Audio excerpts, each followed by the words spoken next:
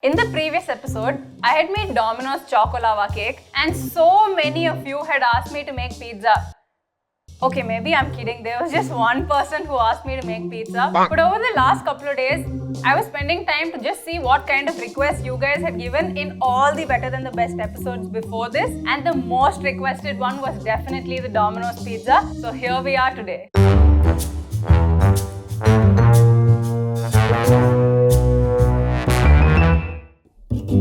These are all the ingredients that I need to make my tomato sauce, and this is the first of the two sauces that I'll be making this episode. So first what I'm going to do is I'm going to take some really red and ripe tomatoes and make an X mark at the bottom and add them into boiling water.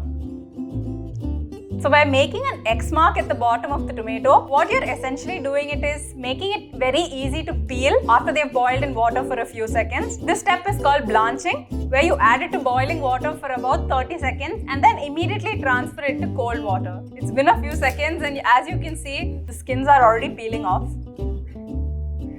Quickly, let's remove the skins of the tomatoes. As you can see, the skins are coming off super easily once you blanch them in hot water. And now it's time to add all my other ingredients for the sauce. I have some dried herbs or Italian seasoning, some tomato ketchup, garlic, a lot of garlic, onions, a few small pieces of capsicum just for the flavor, and a few fresh basil leaves if you can. I'm going to season the sauce with some salt and pepper and add sugar for some balance. It's time to blend this into a smooth sauce. So I've blended my sauce until it's ultra smooth, and now it's time to cook the tomato sauce. So I'm taking a pan and adding some good quality of olive oil. I don't know if this is considered like a cheat step, but I think this really helps. Adding some Kashmiri chili powder to the oil gives me a nice beautiful red color minus the heat of the chili. So I'm going to heat that up for a few seconds. You don't want to do that for too long because it will burn and turn black, and in with the blended sauce. This is going to get messy, so please have a fitting lid for your pan. And this is also going to take long because we want to cook it down until it's thick, luscious and flavorful, just like the sauce in Domino's. So I'm going to shut this, keep it on a low flame and set it aside. Please ensure that you give it a good mix every few minutes to ensure that it does not burn. After all, this pizza is called Indi Tandoori Paneer pizza. So it's time to make the tandoori paneer. So I have all my powdered spices on a plate here. I've also added some besan powder over here. To this, I'm going to add some mustard oil, lemon juice, and a little bit of ginger garlic paste. So if you do wish to use chicken as well for this instead of paneer, please feel free to do so. I'm going to go in with the curd.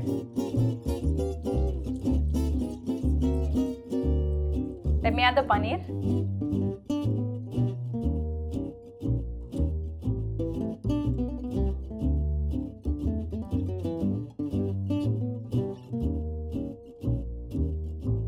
I have added the paneer to a skewer and I'm going to roast it directly on an open flame for those char marks and that great taste. My sauce is bubbling away, but it's time to set that aside just for a few seconds so that I can roast my paneer. Keeping the flame on high and directly keeping the paneer over it. This looks okay to me now, so I'm going to take it off, keep it on a cutting board and cut it into tiny bits. Carefully remove them from the skewer.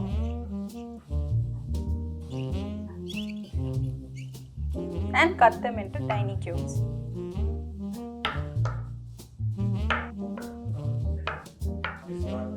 And this is my ready paneer tikka cubes. But what is paneer tikka without a little butter and chaat masala? A good sprinkle of chaat masala, some melted butter. Let's move on to the next step now, making the mint sauce. Our mint sauce is actually a mint mayo, but I'm going to teach you how to make it from scratch. So what I'm going to be adding to my blender is cold oil, cold vegetable oil or sunflower oil, cold milk, my seasonings, which is salt, sugar, and a little chaat masala just for this recipe, and a tiny squeeze of lemon. You have to blend this, but not at a very high speed. You have to pulse blend it in intervals to emulsify the mixture. Essentially, you're making mayonnaise. And it's time to add my other ingredients. Some ginger, garlic and green chili. just like I would while making green chutney. And of course, fresh mint and coriander leaves. And a little more lemon.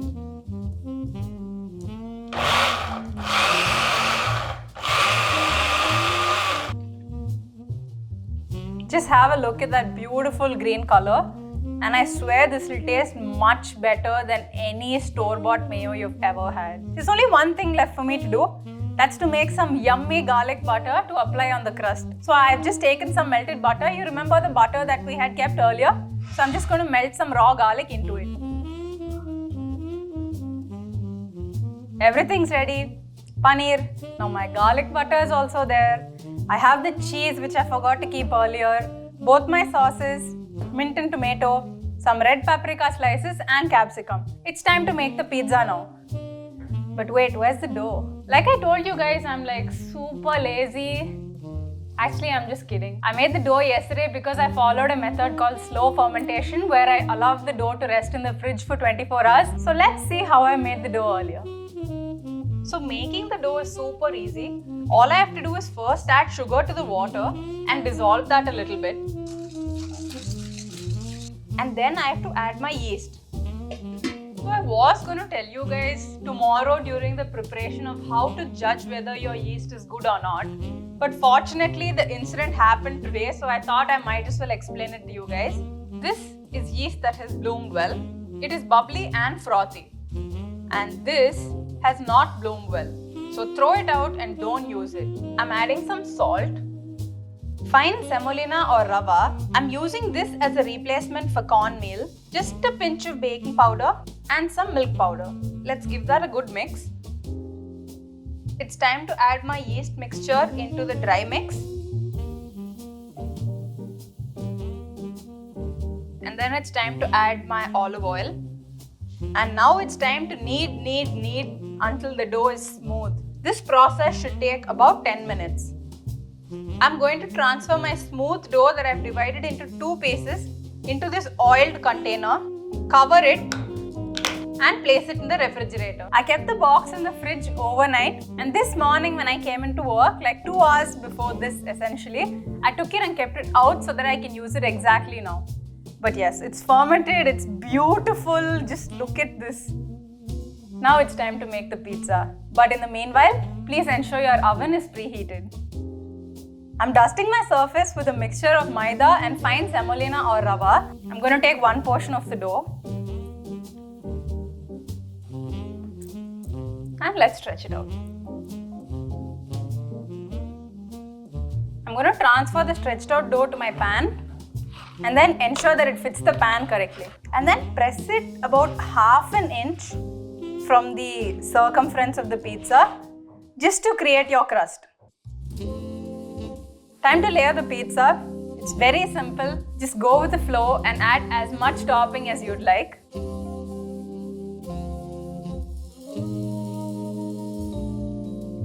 So the cheeses that I've used today are a mix of mozzarella and cheddar because I felt like being fancy, and also this is an episode of Better Than the Best where I need to make it taste better than it already is. But use a cheese that melts really well, which is why I would not recommend processed cheese or Amul cheese as you know it. Some green capsicum. So I'm going to add a few pieces, but go wild if you love hot food.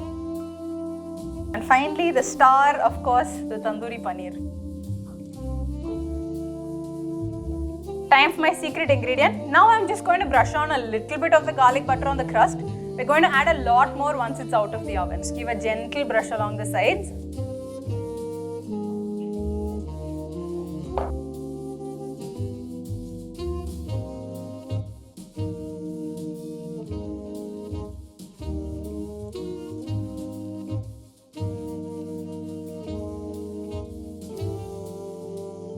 My beautiful pizza is ready. Let's apply some garlic butter on the crust. And of course, my brilliant, yummy green sauce on top.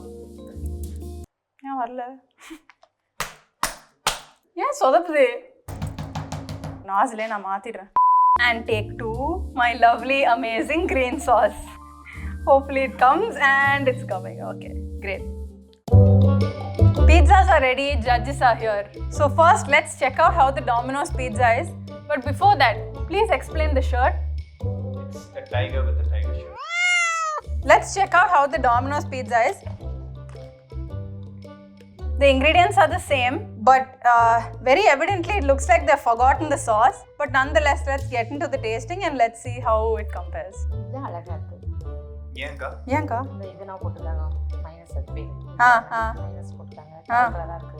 Super. இது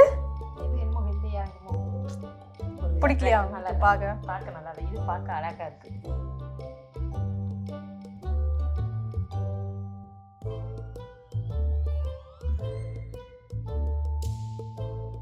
ஆனா tasting நான் இது lunch இல்ல. The sauce is nice. Paneer is not overdone. I like paprika, so I don't mind eating it. On its whole, it goes well together. The pizza base could be better in the feeling. ஏதோ மாவு மாதிரி புளிப்பு மட்டும் இருக்கு. காரணம்னா புளிப்பு. Okay. புளிப்பு.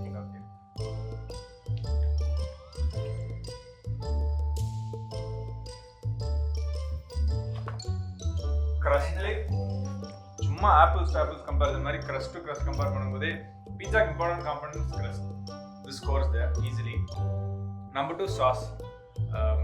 The sauce is good, and when you're calling it as a tandoor pizza sauce and the tikka and the mint so together Goes together, in a bite.